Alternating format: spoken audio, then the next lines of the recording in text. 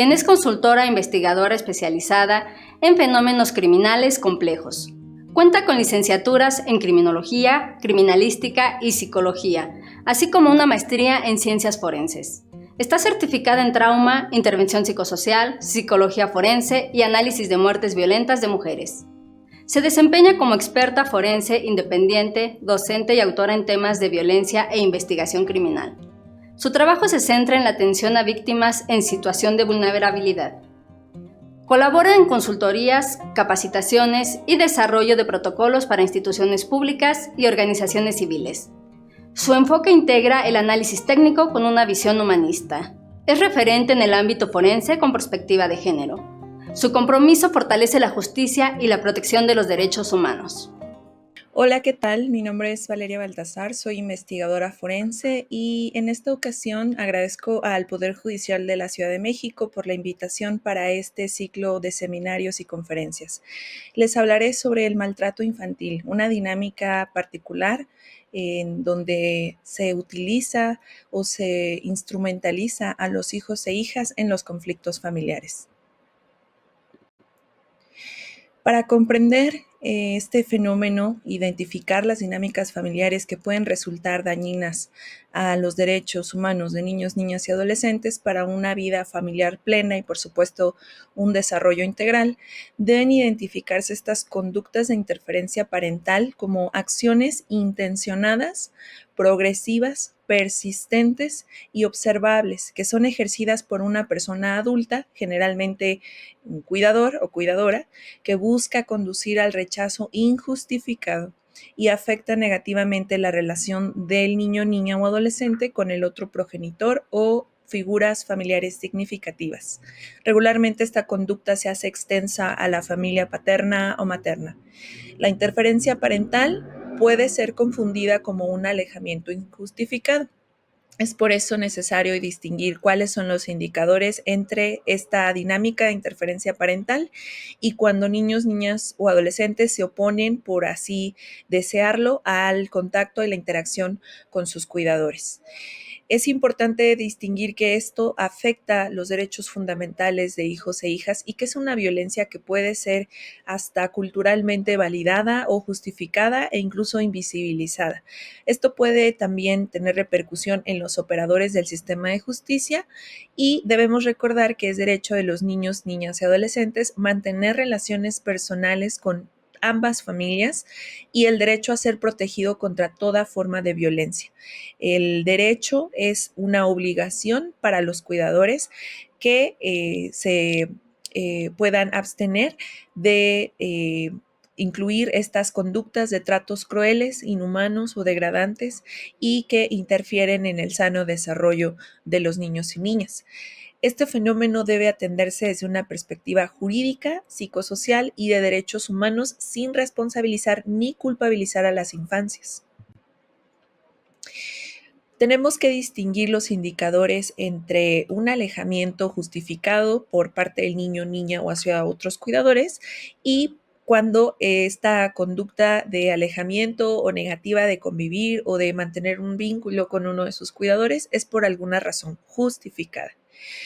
Si bien los niños tienen el derecho precisamente a no convivir o no pasar tiempo con las personas con las que no deseen estar, es su derecho decidirlo en condiciones justas, en condiciones en donde se les hagan saber sus derechos y no estén ellos inmiscuidos en un entorno que los coacciona a tomar decisiones que ellos no tomarían si no fuera por esta presión familiar y social. Eh, esta tabla incluye un par de referencias para poder identificar propiamente aquellos indicadores relacionados con un alejamiento justificado, ya sea por experiencias de violencia o negligencia por parte del niño, niño o adolescente, y para distinguir aquellos indicadores en donde hay interferencia parental, en donde ya se percibe la manipulación negativa por parte del cuidador a cargo para alejar al niño, niña o adolescente de sus otros cuidadores. Al respecto, El motivo del rechazo podemos identificarlo cuando es un alejamiento justificado por experiencias que el niño, niña o adolescente ha vivido por cuestiones de violencia o negligencia con su cuidador rechazado. Es porque este motivo del rechazo está basado en experiencias directas de daño o de afectación. También puede ser directas hacia el niño, niña o adolescente o hacia otros miembros de la familia. En las emociones expresadas hacia el progenitor rechazado pueden variar, pueden ser ambivalentes, puede incluso tener la intención de revincularse y tener la expectativa de el cuidado del vínculo, pero también se puede expresar tristeza y enojo o rechazo y culpa. En cuanto al rol del progenitor favorecido, bueno, este promueve la relación aún con dificultades. Esto es importante observarlo. Puede ser parte incluso de algunos de los criterios de oportunidad para la intervención familiar cuando los cuidadores buscan pues el contacto con los cuidadores que perjudican la estabilidad y la integridad y los derechos humanos de hijos e hijas. Podemos observar en las conductas del niño que son complejas y que sus expresiones de tristeza, enojo, cariño, necesidad del vínculo deben expresarse con su propio lenguaje, con sus propios términos. Y también es importante que en cuanto a la restitución del vínculo, puede ser posible si hay medidas adecuadas que intervengan y que vigilen y procuren el bienestar del niño y obviamente no revincular con personas cuidadoras que han sido negligentes, omisas, abusivas. En tanto, la interferencia parental, cuando estamos ante una situación de una hipótesis, cuando el cuidador o progenitor está interfiriendo de manera deliberada en el vínculo del niño o niña, podemos observar un rechazo absoluto, sin matices, injustificado, sin experiencias previas de maltrato, descuido, abandono y podemos observar que el cuidador principal es el que refuerza el rechazo hacia el otro cuidador y desacredita al otro progenitor por encima de todo. Podemos observar que en las conductas del niño, y lo hablaremos un poco más a fondo, observamos que utiliza el lenguaje del adulto que lo cuida de manera principal. Esto puede observarse con términos poco adecuados o inadecuados para su edad o su grado de madurez, para el grado de lenguaje que el niño tiene y al que está acostumbrado y en el que interactúa. Digamos que toma frases prestadas de rechazo que ha escuchado y que le han sido dichas por parte del progenitor que está pues proporcionando esta interferencia parental y vamos a observar una dificultad para restablecer el vínculo sin intervención. Por eso es necesario realizar una intervención.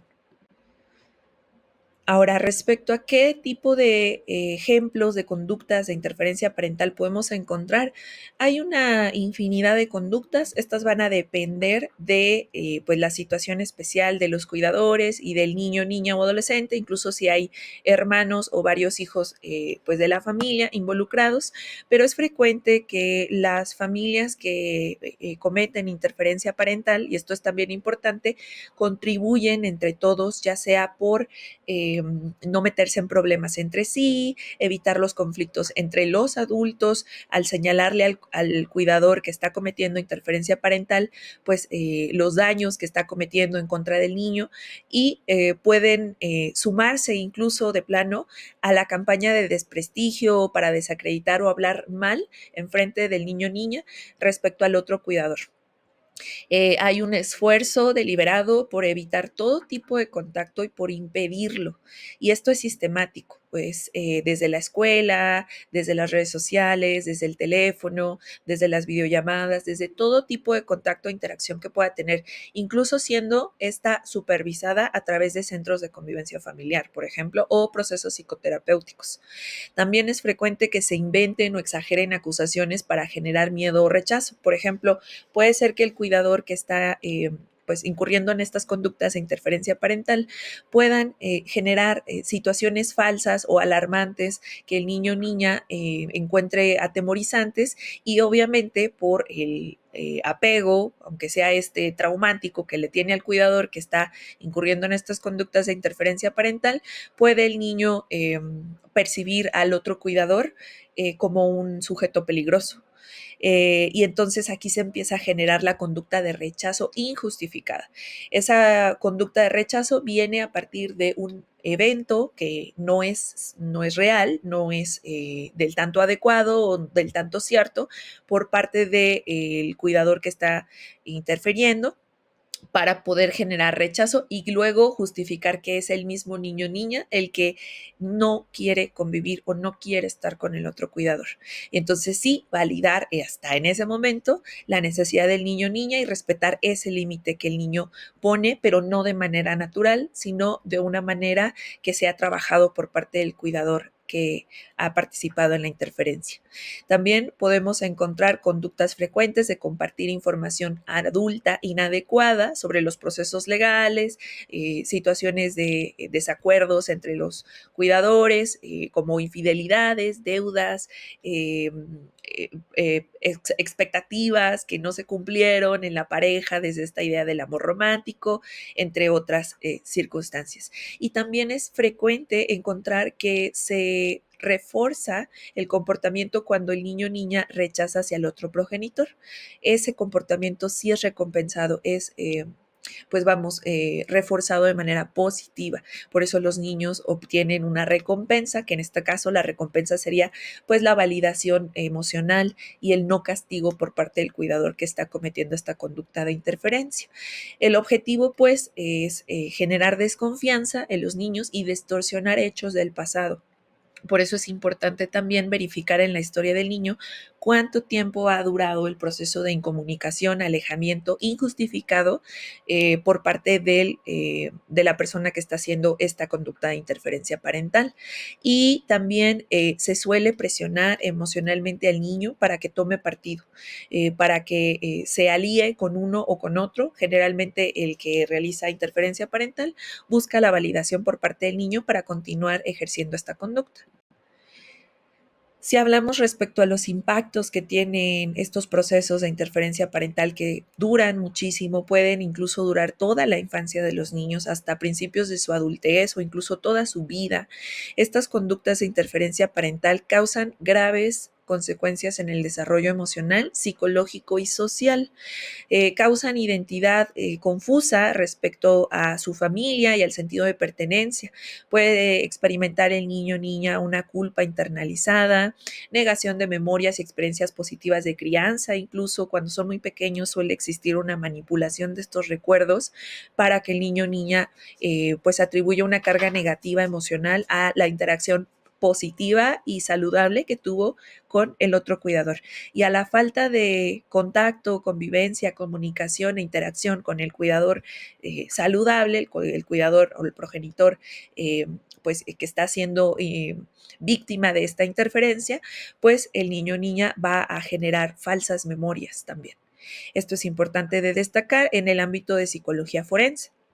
Eventualmente pueden desarrollar síntomas de ansiedad, depresivos o estrés crónico, y también vamos a ver un detrimento en sus redes de cuidado afectivo. Lo ideal es que los niños tengan el máximo apoyo social y vínculos posibles, no limitarlos precisamente, incluso aunque estos no sean pues vínculos familiares de sangre, ¿no? Es importante destacar que para que los niños terminen rechazando al otro cuidador, hubo ya un proceso de abuso verbal, de amenazas, de invalidación emocional, de negación de sus propias necesidades del niño, de ridiculización, combinado con recompensas emocionales, en donde pues el niño busca de plano la aceptación y la no violencia por parte del cuidador que está pues generando estas dinámicas de interferencia parental. Es importante que el niño demuestre lealtad al cuidador que comete estas conductas, porque si no recibe un castigo emocional o un rechazo, un sentimiento de culpabilidad, y aquí incluso se alternan los roles o se invierten los roles. Es el niño, niña o adolescente el que termina cuidando los sentimientos del cuidador que está en estas prácticas de interferencia parental. Él busca su aprobación, busca su no enojo, busca el no rechazo, y por eso es que va a ir poco a poco rechazando al otro cuidador. Cuando hablamos de un análisis comparativo del apego que podemos observar y las conductas alrededor del niño, pues bueno, me refiero a la aportación de esta organización australiana en el 2024, en donde pues publican precisamente sobre cómo podemos hacer comparaciones respecto a ciertos criterios y observar la interferencia parental y conductas de interferencia parental en los cuidadores. Un apego seguro es una conexión emocional fuerte, segura, que fomenta la confianza y el consuelo del adulto hacia el niño. En cambio, cuando hay interferencia parental, se genera un vínculo traumático y podemos observar emociones mezcladas y conflictivas por experiencias abusivas o angustiantes. Podemos esperar, digamos, ¿no? En el progenitor protector, que apoya vínculos emocionales saludables del niño, sin importar quiénes sean. Sin embargo, por parte del progenitor que incurre en conductas de interferencia parental, podemos observar una sistemática campaña para socavar los vínculos emocionales que el niño tiene, esos vínculos positivos de apego seguro, y le genera confusión. En cuanto al bienestar del niño, podemos observar que si se encuentra en un vínculo seguro, vínculo de apego seguro con sus cuidadores, el niño y el adulto concebirán ese espacio como un espacio de bienestar y de seguridad. Sin embargo, cuando hay una interferencia parental, podemos observar que el que está cometiendo estas conductas desatiende el bienestar del niño en general, por su totalidad. Prioriza sus propios intereses por encima de las necesidades del niño y sus propias necesidades emocionales. Es incapaz de sobreponerse a esas circunstancias emocionales con el otro progenitor para superar el conflicto. Y en tanto, un progenitor protector va a priorizar la seguridad y la estabilidad emocional en el niño, tomando en cuenta su opinión, esto es importante, y los deseos del niño. Cuando hablamos del criterio de las dinámicas relacionales, podemos observar que en el vínculo de apego seguro se va a generar una dinámica relacional nutritiva y de apoyo. Los niños y niñas confían en ese adulto para aconsejarles, guiarles, tomar en cuenta sus opiniones, para tomar decisiones y formar parte de sus decisiones día a día. Sin embargo, en un vínculo traumático, la dinámica relacional con el progenitor o progenitora que está cometiendo interferencia parental va a ser una dinámica relacional abusiva y manipuladora. Podemos encontrar ciclos de abuso constatados por estas conductas de campañas de desprestigio, estas conductas de alejamiento injustificado o mediante falsos, y finalmente un proceso de manipulación afectiva para tratar de recuperar el afecto del niño, la confianza del niño como cuidador único. Hay un control absoluto, hay una vigilancia y monitoreo total de las interacciones que el niño o niña tiene con respecto a sus otros vínculos que están siendo obstruidos. Recordemos que los niños y niñas tienen derecho a tener vínculos con privacidad y con confidencialidad, independientemente de el otro cuidador, pues, ¿no? Tienen derecho a tener la relación con cada uno de sus progenitores, sobre todo si estos están separados. En tanto al progenitor protector, podemos observar que sí fomenta las relaciones sanas entre el niño y ambos progenitores y la familia extendida. Sin embargo, cuando analizamos las conductas de un progenitor que comete interferencia parental, podemos observar que este socava la relación del niño con el otro progenitor. Siempre va a haber un esfuerzo deliberado y malicioso que va a afectar no solo los derechos del niño, sino su bienestar integral. En cuanto a las situaciones que podemos observar del impacto en los niños y niñas, bueno, esto obviamente podemos observar que el vínculo del apego seguro, pues el cuidador fomenta su crecimiento, fomenta su autonomía progresiva, funge como facilitador y un puente o un vínculo para que el niño o niña pueda ejercer sus derechos de manera eficaz y pues obviamente contribuir a su sano desarrollo. Sin embargo, para aquellas circunstancias en donde el vínculo es traumático, va a ser confuso y puede generar dependencia emocional. Va a evitar la autonomía progresiva y va a crear niños, niñas dependientes de la decisión y del estado del ánimo y el punto de vista del cuidador que incurre en estas conductas. También es necesario observar cuando hay un impacto positivo del progenitor protector, este favorece dinámicas familiares saludables y hasta las incentiva, pues, aunque él no forme parte de ese círculo social o de esas actividades. En cambio, el progenitor que comete conductas de interferencia parental, pues va a generar un pacto negativo y obstaculiza el desarrollo emocional y estabilidad emocional del niño. Es importante decir que todas estas conductas generan afectaciones en puntos críticos del desarrollo, por la edad en la que se encuentran el sistema nervioso, el cerebro, los afectos de los niños y su sentido del mundo están apenas cobrando sentido.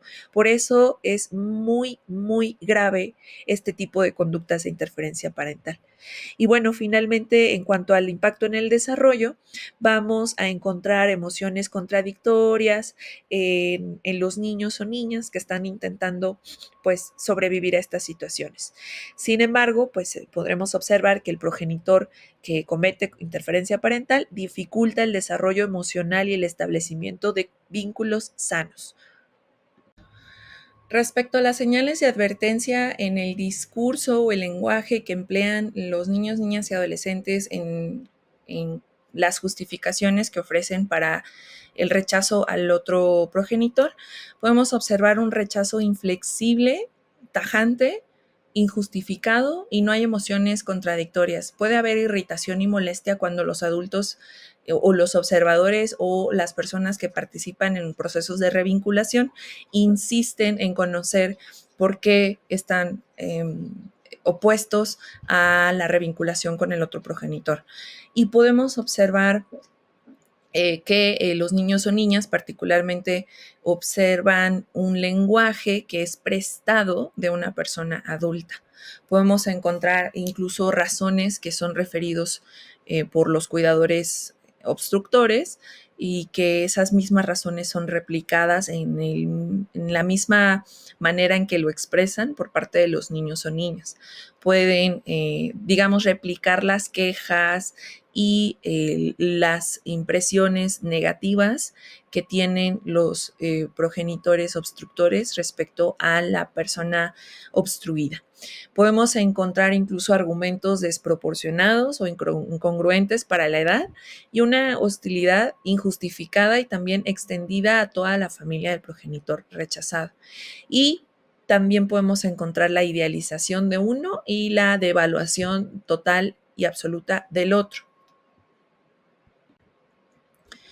Cuando hablamos de algunas conductas que podemos observar en el contexto escolar particularmente, pues sí, también se van a replicar estas conductas de interferencia parental y es importante, esta información va dirigida particularmente para las personas profesionistas que están inmiscuidos en los entornos escolares y donde hay niños, niñas y adolescentes que están pues siendo víctimas de interferencia parental.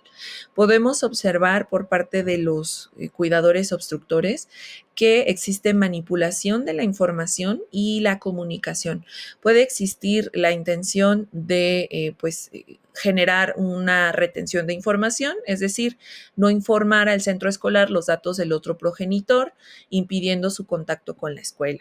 Cambiarlos de escuela también es frecuente, por ejemplo, y es precisamente parte de esta estrategia de interferencia parental. Puede ocurrir de plano desinformación, en donde el cuidador que obstruye genera información falsa o distorsionada sobre el otro cuidador, por ejemplo, que ha sido ausente, que nunca ha participado en la crianza, que no se preocupa o que es un peligro de plano, ¿no? O que el mismo niño ha referido que no quiere verlo, sin que esto le conste a ningún tribunal o a algún profesionista en salud. También es importante destacar que pueden generar el control unilateral de la información y de todo lo que respecto al desarrollo educativo y académico de los niños. Insisten en ser las únicas personas en contacto con las escuelas e impiden deliberadamente lo solicitan, que el otro progenitor no reciba reportes escolares y que no sea bienvenido e invitado a las actividades educativas. Podemos observar incluso conductas de interferencia directa en donde se pide que den de baja el correo electrónico o den de alta un nuevo correo electrónico que no es el correcto para que el otro deje de recibir información. Puede ser desde borrar correos electrónicos, interceptar llamadas telefónicas o de plano impedir el acceso a plataformas educativas, cambiar contraseñas de ingreso a plataformas o pedir exclusión de grupos de comunicación con la escuela. También podemos encontrar distorsión de eventos en donde se presenta al niño una versión parcializada de eventos ocurridos respecto a la separación y se destaca solo la participación del progenitor que interfiere y minimiza lo que el otro podría contribuir o hacer. Por ejemplo, es muy común que a los niños, niñas o adolescentes que están en una circunstancia de violencia de interferencia parental, se les diga que el otro cuidador no asistió al evento esperado por el niño, particularmente por cuestiones de trabajo, porque ella tiene otra familia, siempre haciendo sentir al niño o niña que no es importante y que no es central en la vida del otro cuidador, que tiene otras ocupaciones, pues. Podemos encontrar, por supuesto, acusaciones falsas en donde el cuidador obstructor inventa incidentes con el personal escolar para dañar la imagen del otro progenitor, para generar pues una impresión falsa. Lo mismo que hace con el niño, lo va a hacer con las personas adultas, en este caso en centros educativos. Y podemos encontrar también la conducta de divulgación selectiva. En realidad, pues se comparte solo aspectos positivos de su vínculo con el niño o niña, ¿no? Todo es muy bueno estando con el cuidador que obstruye, pero todo es absolutamente malo con el cuidador que está siendo obstruido. Y obviamente hay una presión emocional para los niños y niñas, se manipula para que el propio niño empiece a generar un rechazo y se alinee emocionalmente con quien interfiere, porque incluso pueden los cuidadores obstructores amenazar con dejar de querer a los niños o dejar de velar por ellos, haciendo referencia incluso que pues nadie los va a querer como ellos los quieren y los procuran. Y entonces esto genera en los niños y niñas una impresión pues de absoluta dependencia por parte y necesidad de ese afecto por parte del único cuidador que está pues figurando en la escena. Esto sobre todo pues perjudica la percepción del otro cuidador que tiene el niño y hay una sensación de culpa y de abandono. También podemos encontrar que en el entorno escolar el cuidador obstructor va a crear narrativas falsas.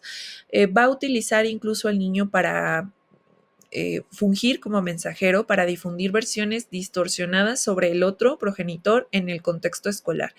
Y podría incluso utilizar o manipular los procedimientos y las políticas escolares, falsificando incluso documentos en donde excluyen el reconocimiento de maternidad o paternidad con actas por ejemplo, registrando a los niños o niñas solamente a sus nombres, y esto pues obviamente altera el derecho a la identidad de los niños. También se puede excluir a los cuidadores de los contactos de emergencia, y es una omisión deliberada, es intencionada excluir y poner sobre pues el radar a otro cuidador. Incluso se puede decir que el niño o niña no tiene padre o no tiene madre, para evitar que más adelante los esfuerzos del otro cuidador obstruido pues puedan ser fáciles en los procesos de reconexión en los entornos escolares. También podemos encontrar obstrucción al acceso de registros. Esto es un esfuerzo deliberado por parte del cuidador obstructor para comunicarle al personal escolar que no debe facilitar ningún tipo de información, calificaciones, reportes, cualquier otro documento escolar, eh, incluso comunicación sobre las actividades cotidianas o tareas al otro progenitor obstruido. Y se van a crear barreras, se va a hacer hasta lo imposible para obstaculizar su participación en reuniones, eventos escolares o entrevistas con el profesorado, incluso al llamado del mismo personal educativo a ambos cuidadores, pues se buscará que el otro no participe o no conozca o no se entere de que les están convocando. Y bueno, también es importante que destaquemos que esto es abuso. Esto puede incurrir incluso en acusaciones falsas de abandono para el niño o niña, y puede proporcionar el niño un testimonio falso respecto a que ha sido abandonado. Ese es su sentir, y hay que validar el sentir de los niños y niñas en estos contextos. También es importante procesos de revinculación. Ahora, ¿cómo podemos entender si el progenitor o progenitora que está incurriendo como en estas conductas de interferencia parental, si ese cuidador tiene poder dentro de la comunidad escolar? Vamos a observar otro tipo de conductas también. Va a hacer una campaña de desprestigio y de difamación en contra del cuidador obstruido, y esto tiene por objetivo el aislamiento social intencionado, el rechazo y la marginación y obviamente la segregación. Va a difundir información negativa del otro entre madres y padres de familia para marginarlo, y va a crear un entorno favorable para su versión de los hechos, afectando la percepción del niño que tiene respecto a la situación de separación o de falta de contacto con el otro cuidador. El cuidador obstructor va a pretender construir alianzas, va a pretender crear coaliciones con otras familias o personal escolar para debilitar la imagen y participación del otro progenitor. Y cuando éste funge como una figura que trabaja dentro de la escuela, observaremos abuso de poder. Observaremos que accede indebidamente a información o influye en políticas escolares de su posición laboral. Incluso genera coaliciones internas, como reclutar personal para reforzar su narrativa e incluso hacerlos partícipes de estas conductas de interferencia parental. ¿Qué postura deben tomar las escuelas ante este tipo de circunstancias detectadas? Es importante priorizar el bienestar y enfocarnos en el niño, niña o adolescente. Es importante considerar que esta es una situación de violencia directa en contra del niño y que no es un problema interpersonal, no es un problema de pareja y no es un conflicto entre dos. Siempre hay que priorizar al niño, niña o adolescente como el sujeto central que está siendo afectado en sus derechos, en su integridad y en su bienestar. Por tanto, las escuelas deben crear entornos seguros, imparciales y receptivos para todos los niños, niñas o adolescentes, especialmente aquellos que transitan por situaciones familiares complejas. A continuación, comparto una serie de recomendaciones útiles para centros educativos y el personal. Estas pautas son reconocidas para proteger y salvaguardar los derechos de las infancias. La primera es promover la comunicación equitativa. Los reportes, las invitaciones y los avisos son importantes para ambos progenitores por igual, y no debe priorizarse al que paga la escuela o al que se registró como tutor del niño o niña como aquel que es el único poseedor de la información, no es dueño de la información sobre su hijo o hija. Si ambos padres tienen la patria potestad del niño o niña y no hay ninguna resolución judicial comunicada a la escuela, no hay razón por la que las escuelas deban sostener esta incomunicación y este alejamiento e interferencia parental. También es importante reconocer y respetar las resoluciones legales, no ignorar acuerdos de custodia ni órdenes judiciales de contacto, comunicación o participación, aunque se envíen oficios o acuerdos u órdenes por parte de los juzgados o los tribunales a las escuelas y el cuidador obstructor insista, amenace a la escuela con sacar o retirar al niño o algún proceso administrativo o de denuncia o de demanda o cualquier circunstancia, es importante mantener la neutralidad institucional y tratar a ambos progenitores con equidad y profesionalismo sin asumir roles de juez. Si estas circunstancias de intimidación, amenazas ocurren, es importante documentarlas y dar parte al juzgado en la misma contestación de atención al oficio que nos están haciendo llegar al centro educativo. Es importante informar que es deseo de la escuela acatar el ordenamiento judicial y que como parte de esa resolución el progenitor o progenitora ha incurrido en una serie de amenazas o una serie de conductas que van en contra de la resolución judicial. Esto es importante porque a todos los adultos involucrados alrededor de las conductas de interferencia parental nos compete cuidar y proteger y hacer valer los derechos de los niños o niñas, a pesar de que sus cuidadores principales lo quieran impedir o quieran amenazar a las personas que participamos en la restitución de sus derechos. Es importante también establecer registros escritos para documentar las interacciones, las comunicaciones y las observaciones relevantes, ya que esto podrá formar parte para procesos judiciales en caso de requerirse. Y las escuelas mantendrán un registro fiel de la dinámica y la evolución del conflicto de interferencia parental. También es importante estar sensibilizados y contar con capacitación profesional continua, equipando al personal para identificar señales de interferencia parental y actuar conforme al interés superior del niño o niña. Es importante decir que las procuradurías de protección a las infancias en cada estado pueden solicitar los centros educativos que se presenten al centro educativo para talleres de sensibilización al personal y a los niños y niñas sobre sus derechos y violencia familiar. También se deben generar espacios de escucha y acompañamiento confidenciales para el niño o niña. Los educadores son personas de confianza y los entornos escolares son entornos que deben procurar y proteger los derechos de las infancias ante todo tipo de circunstancia y todo tipo de persona, sin importar el vínculo que tengan con el niño, si éste está tratando de obstaculizar o restringir sus derechos. Es importante decir que no se debe confrontar a los niños, niñas, con los cuidadores ante versiones distintas sobre la realidad o ante confesiones que los niños y niñas compartan algún tipo de información sobre su dinámica familiar restrictiva con los cuidadores en la escuela. No necesitamos confrontarlos o mantenerlos en una constante discusión con sus cuidadores.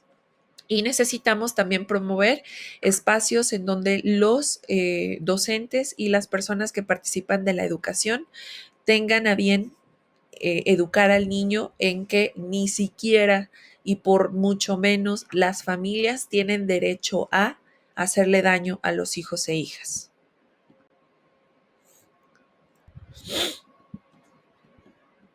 Finalmente, también podemos discutir o visibilizar que este tipo de situaciones de interferencia parental deben ser abordados por profesionales con un enfoque en derechos, centrado en los derechos de las infancias, libres de presiones o distorsiones, libres de patrones de influencia.